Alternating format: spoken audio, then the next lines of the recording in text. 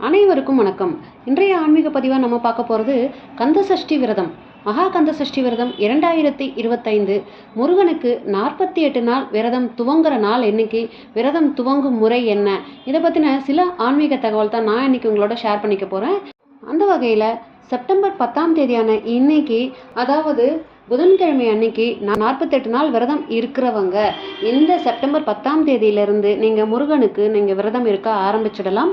பொதுவாக மாலையபட்சம் 15 நாட்கள் பார்க்குறவங்க, மாலையபட்சம் விரதம் அந்த மாதிரி மாலையபட்சத்துக்கு முன்னோர்களை வழிபடுறவங்க, பழக்கம் இருக்கிறவங்க, அதாவது மகாலய அமாவாசை மட்டும் சில பேர் பண்ணுவாங்க.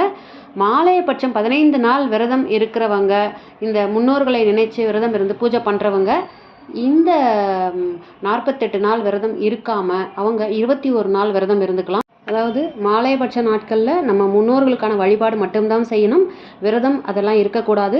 ஸோ அதனால் இந்த 48 நாள் விரதம் இருக்கிறவங்க, இந்த மாலையபட்சத்தை பார்க்குறவங்களா இருந்தால் நீங்கள் இதெல்லாம் செய்யாமல் 21 நாட்கள் விரதம் இருந்துக்கோங்க. மற்றபடி மாலையபட்சம்லாம் நாங்கள் பார்க்க மாட்டோம் அப்படின்னா, மாலை அமாவாசை முடிஞ்ச உடனே நீங்கள் அதாவது பிரதமம் முடிஞ்ச உடனே நீங்கள் இந்த முருகனுடைய வழிபாட்டை நீங்கள் ஆரம்பிச்சிடலாம். பொதுவாக சபரிமலை ஐயப்பனுக்கு 48 நாள் நம்ம மாலையை போட்டுக்கிட்டு விரதம் இருப்போம். அந்த மாதிரி ஐயப்பனுக்கு மட்டும் இல்லைங்க, முருகப்பெருமானுக்கும் 48 நாட்கள் விரதம் இருக்கும் வழக்கம் இருக்குது. தீவிர முருக பக்தர்களும் முருகனிடம் தாங்கள் முன்வைத்து வேண்டுதல் நிச்சயம் நடந்தே தீரணும் அப்படிங்கிறதுக்காக இந்த விரதத்தை இருப்பாங்க. ஸோ இந்த ஆண்டு மகா கந்த சஷ்டி விரதம் எப்போ ஆரம்பிக்குது, முருகனுக்கு 48 நாள் கந்த சஷ்டி விரதம் இருக்கிறவங்க எந்த நாளில் விரதத்தை துவங்கி விரதத்தை அதாவது முடிக்கணும், விரதத்தை துவங்குவதற்கான முறை என்ன, விரத காலங்களில் என்னென்ன செய்யணும், என்னென்ன மந்திரங்கள் சொல்லி முருகனை வழிபடணும் அப்படிங்கிறத பற்றிலாம் நம்ம தெரிஞ்சுக்கலாம் வாங்க. ஸோ மகா கந்த சஷ்டி விரதம் முருகப்பெருமானை வழிபடுவதற்கும் நம்ம கேட்ட வரங்களை பெறுவதற்கும் உரிய மிகச்சிறந்த நாள் சஷ்டி திதின்னு சொல்லலாம். மாதந்தோறும் வளர்பிறை மற்றும் தேய்பிறை சஷ்டி திதி வருங்க. அதாவது பக்தர்கள் முருகப்பெருமானை வேண்டி விரதம் இருக்கிறதும் உண்டு அந்தந்த மாசத்துல. இருந்தாலும் அதிகமான முருக பக்தர்கள் சஷ்டி விரதம் கடைபிடிப்பது ஐப்பசி மாசத்துல வர்ற மகா கந்த சஷ்டி விழாவின் போதுதான். முருகப்பெருமான் சூரனை வதம் செய்து தேவர்களை காத்த திருநாள் அப்படிங்கிறதால ஐப்பசி மாத அமாவாசைக்கு பிறகு வரும் பிரதமையில் திதியில் துவங்கி சஷ்டி வரை சிலரும், சப்தமி வரை சிலரும் விரதம் இருந்து வழிபடுறது உண்டு. மகா கந்த சஷ்டி விரதம் துவங்குற நாள் பார்த்தீங்கன்னா அக்டோபர் 22ஆம் தேதி அன்னைக்கு மகா கந்த சஷ்டி விரதம் துவங்கி அக்டோபர் 27ஆம் தேதி சூரசம்மாரம் நடைபெறும்.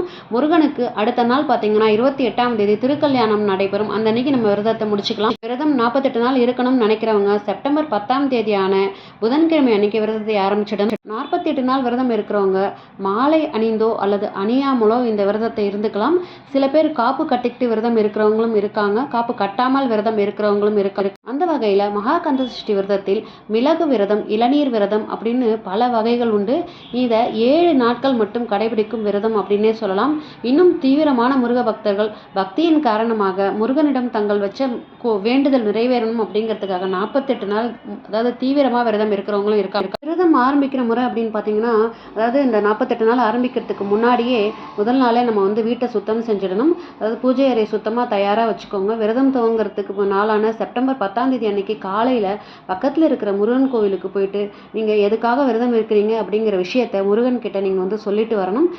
அதுக்கப்புறமா தான் விரதத்தை ஆரம்பிக்கணும். கோவிலுக்கு போக முடியாதவங்க வீட்டில் நீங்கள் முருகனுடைய பாதத்தில் நீங்கள் பூக்களால் அர்ச்சனை பண்ணிட்டு நீங்கள் முருகன் கிட்ட உங்களுடைய வேண்டுதலை வச்சிருங்க. காலையில் எழுந்து குளிச்சதும் 7 மணிக்கு முன்னதாக முருகனுக்கு பூ போட்டு வழிபாடு செஞ்சுருங்க. காலை மாலை 2 வேளையிலும் நெய் தீபம் ஏற்றி வைங்க. முடியாதவங்க நல்லெண்ணெய் தீபம் ஏற்றலாம்.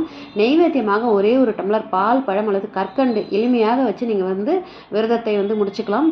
தூப தீப ஆராதனை காமிச்சு நீங்கள் ஓம் சரவண பவ அப்படிங்கிற மந்திரத்தை 108 தடவை சொல்லி நீங்கள் போற்றிகள் சொல்லி முடிச்சுக்கலாம்.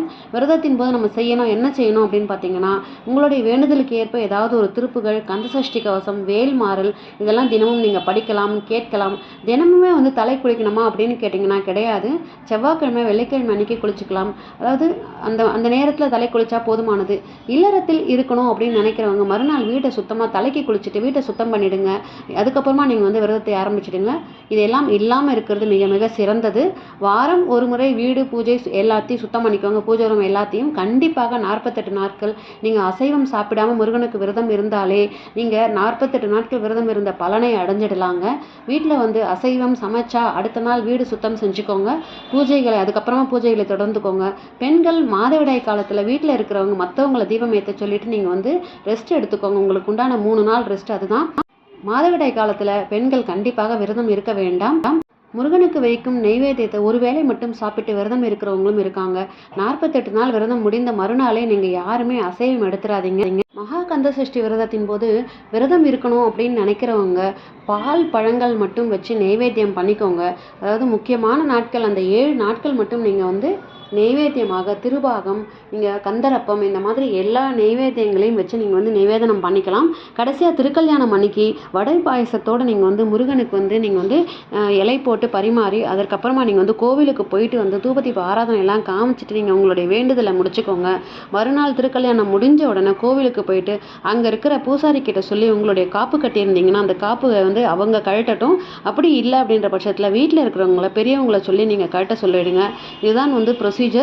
ஸோ இதன் மாதிரி நீங்கள் வந்து 48 நாள் விரதம் இருக்கணும் அப்படின்னு நினைக்கிறவங்க இந்த முறையில் நீங்கள் விரதம் இருந்தீங்க அப்படின்னா முருகப்பெருமானுடைய ஆசீர்வாதம், அருள் ஆசீர்வாதம் உங்களுக்கு கண்டிப்பாக கிடைக்கும் அப்படிங்கிற நம்பிக்கையில் இன்றைய ஆன்மீக பதிவை நான் முடிச்சுக்கிறேன்.